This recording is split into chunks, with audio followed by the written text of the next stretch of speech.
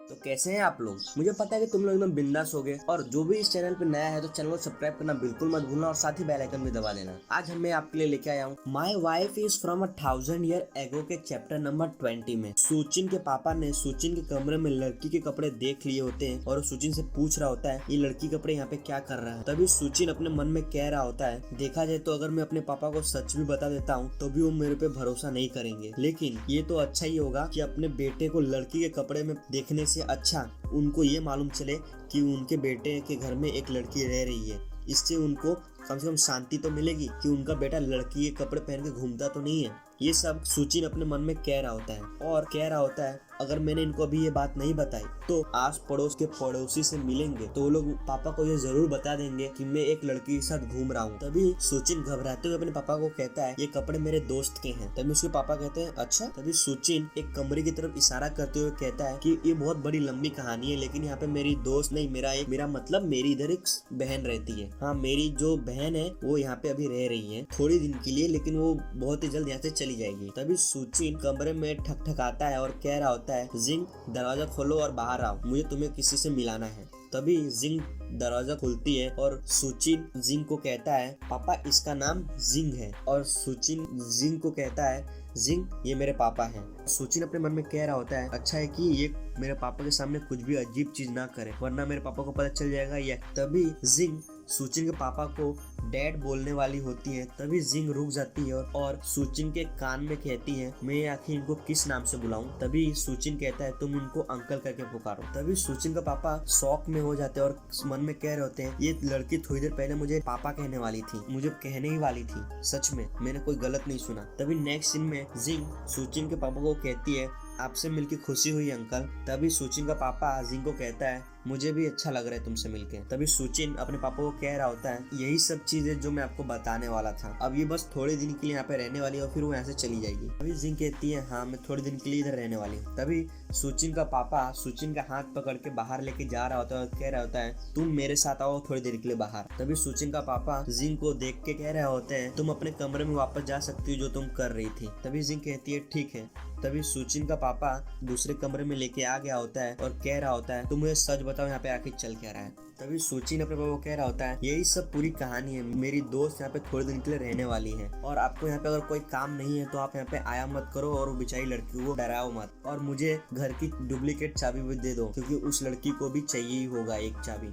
और जब वो इस जगह से चली जाएगी तो मैं आपको ये चाबी वापस लौटा दूंगा। तभी सुचिन अपने मन में कह रहा होता है मुझे पापा से जितनी जल्दी हो सके वो डुप्लीकेट चाबी ले लेनी होगी, वरना अगर मैं एक दिन घर पे नहीं रहूंगा और पापा और मम्मी घर पे आ गए और वो जिंग से टकरा गए, जिंग अजीब हरकतें करती हुई पा गई तो बहुत बड़ी मुसीबत खड़ी हो सकती है। तभी सुचिन का पापा एकदम स्टाइल से कहता है क्या वो तुम्हारी गर्लफ्रेंड नहीं है। तभी सुचिन कहता है नहीं। तभी सुचिन का पापा उसके एकदम पास आके कहता है वो मुझे थोड़ी देर पहले पापा कहने वाली थी। तभी सुचिन कहता है आपने गलत सुना होगा। तभी सुचिन का पापा सुचिन से कहता है वो कितने साल की है। तभी सुचिन कहता है वो 18 साल की है। फिर उन कमरे में थोड़ी देर के लिए शांति पड़ जाती है और सुचिन का पापा टेंशन में आके कहता है तुम ये क्या पाप कर रहे हो। तभी सुचिन अपने पापा को उंगली दिखाते हुए कह रहा होता है मैंने क्या पाप कर दिया, वो बस थोड़ी दिन के लिए यहाँ पे रहने वाली है, अगर हम दोनों डेट भी कर रहे होते तो भी इसमें कोई प्रॉब्लम नहीं होती, तो फिर देखा जाए तो मैंने इसमें क्या पाप कर दिया। तभी सुचिन का पापा कुछ नहीं बोल पाता और अपने मन में कह रहा होता है मैं यहाँ पे अपने लड़के को दबाने आया था ताकि वो घर का किराया दे और अपने लिए एक जॉब ढूंढ ले, लेकिन यहाँ लड़की से मिला जो मुझे थोड़ी देर पहले पापा कहने वाली थी। तभी सुचिन का पापा कहता है तेरे पास एक ढंग की जॉब नहीं है और तू इधर अपने लड़की लोग को रख रहा है कमरे में। तभी सुचिन अपने पापा को कह रहा होता है जब तक कि मैं पैसे ला सकता हूँ तो इसमें मुझे जॉब ढूंढने की क्या जरूरत है, और मैंने आपको कितनी बार समझा चुका हूँ कि मैं इस दुनिया में यूट्यूबर हूँ और इस टाइम में यूट्यूबर लोग बहुत ही ज्यादा पैसे कमा रहे होते हैं, इसीलिए यही अच्छा हो कि आप मेरे को जॉब ढूंढने के लिए मजबूर ना करें। और सुचिन कह रहा होता है मैंने आपके अकाउंट में किराए के पैसे ट्रांसफर कर दिए, लेकिन जाने से पहले वो डुप्लीकेट चाबी मेरे को दे के जाना,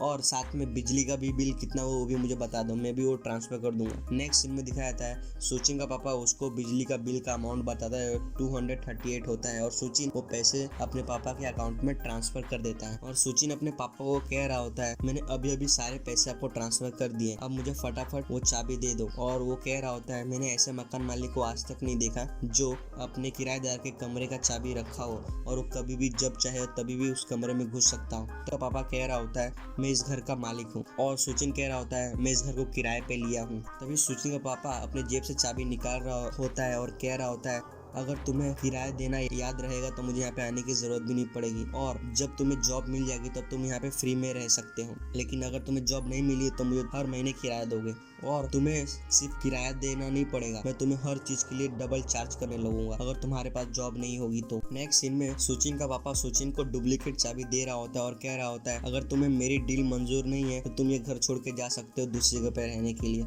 नेक्स्ट सीन में हमें सुचिन को एकदम स्टाइल वाला फेस दिखाया जाता है और मन में कह रहा होता है पापा को गेम खेलना ज्यादा पसंद लग रहा है, और जैसा सोचा था वैसा ही हो रहा है। और अपने मन में कह रहा होता है पापा से ये घर किराए पे रखना बहुत ही ज्यादा महंगा पड़ रहा है, लेकिन ये बहुत ही जल्द सारे पैसे मेरे ही होने वाले हैं। अच्छा है कि मैं दूसरी जगह पे जाकर नहीं रह रहा, वरना सारे के सारे किराए के पैसे वो लोग के पास चले जाते, लेकिन यहाँ पर सारे के सारे पैसे मेरे पापा के पास ही जा रहे हैं, और वो थोड़ी दिनों के बाद जब भी चाहूंगा तभी मुझे मिल सकते हैं। नेक्स्ट सीन पे दिखाया जाता है उसका पापा अपना चश्मा साफ करते हुए कह रहा होता है तुम्हारी मम्मी तुम्हें बुला रही थी घर पे खाना खाने के लिए। तभी सुचिन का पापा थोड़ा अजीब तरीके से पूछता है क्या तुम सच में गर्लफ्रेंड और बॉयफ्रेंड नहीं हो? तभी सुचिन थोड़ा गुस्से से कहता है वो सिर्फ मेरी दोस्त है, वो मेरी गर्लफ्रेंड नहीं है। तभी सुचिन का पापा कहता है क्या तुम मुझे पागल समझ रखे हो क्या? मैं तुम्हारा पापा हूँ, मुझे सब कुछ मालूम है। तभी सुचिन कहता है ठीक है मेरे को अभी बहुत सारे काम करने हैं, जब मेरे पास थोड़ा सा टाइम बचेगा तो मैं घर पे जरूर आऊंगा खाना खाने के लिए। तभी सुचिन का पापा कह रहा होता है मैं तुम्हें इधर कुछ कहने के लिए नहीं आया हूँ कि तुम जिसके साथ चाहो उससे डेट कर सकते हो, लेकिन तुम इतनी कम उम्र में डेट कर रहे हो, बहुत बड़ी प्रॉब्लम बन सकती है। वो बिल्कुल उस टाइम की तरह जैसे कि जो। तभी उसका पापा वहाँ पे रुक जाता है, एक नाम बताने वाला ही होता है। तभी सुचिन कहता है डैड आप बस यहाँ से चले जाओ। तभी सुचिन का पापा कहता है जाने दो, पुरानी बातें निकाल के कोई मतलब नहीं, तुम जल्दी से जाओ और अपने लिए एक जॉब ढूंढो और काम करना चालू कर दो। तभी सुचिन कहता है जब टाइम मिलेगा तब मैं जरूर एक जॉब ढूंढ ही लूंगा। तभी सुचिन के पापा की नजर एक चीज पे पड़ती है। तभी सुचिन का पापा वहाँ पे रुक जाता है और कह रहा होता है याद रखना तुम लोग डेट कर रहे हो तो तुम्हें प्रोटेक्शन यूज करना जरूरी है। तभी सुचिन कहता है पापा वो मेरी सिर्फ एक दोस्त है, आप यहाँ से चले जाओ और फालतू चीजें मत कहो। तभी सुचिन कहता है पापा 1 मिनट रुको।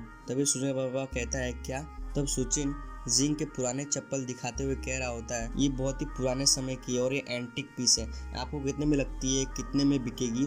और ये टैंग डायनेस्टी के जमाने की है। तभी सुचिन का पापा कहता है ये बहुत पुरानी है लेकिन तुम मुझे क्यों दिखा रहे हो? तभी सुचिन अपने मन में कह रहा होता है मेरे पापा आधी जिंदगी ये सब पुरानी चीजें बेचते हुए निकाल दिए, तो उनके अलावा कोई और नहीं है जो बता सके इसकी कीमत कितनी होगी। तभी सुचिन का पापा कह रहा होता है मैंने ध्यान से सुना नहीं, तुमने क्या कहा, ये किस जमाने की चप्पल? तभी सुचिन कहता है ये टैंग डायनेस्टी के हैं और हो भी सकता है ये बहुत ही ज्यादा पुराने हो, और इसका ओरिजिन ली लोंग जी के जमाने का भी हो सकता है। और आपको क्या लगता है कितने रुपए में बिकेगा? तभी सुचिन का पापा कहता है मुझे पता नहीं कि इसकी कीमत कितनी होगी, लेकिन मुझे लगता है कि तुम्हें सबसे पहले किसी डॉक्टर से मिलना होगा क्योंकि तुम्हारा दिमाग अभी सही ठिकाने पे नहीं है। और सुचिन का पापा अपने मन में कह रहा होता है और ये बहुत ही लेट हो चुका है दूसरा बच्चा करने के लिए। तभी सुचिन अपने हाथ में सैंडल लिए हुए खड़ा रहता है और वहां से उसका पापा जा रहा होता है। इसी के साथ my wife is from 1000 year ago के चैप्टर 20 यहाँ पे खत्म होता है। अब हम लोग मिलेंगे आपको चैप्टर नंबर 21 में।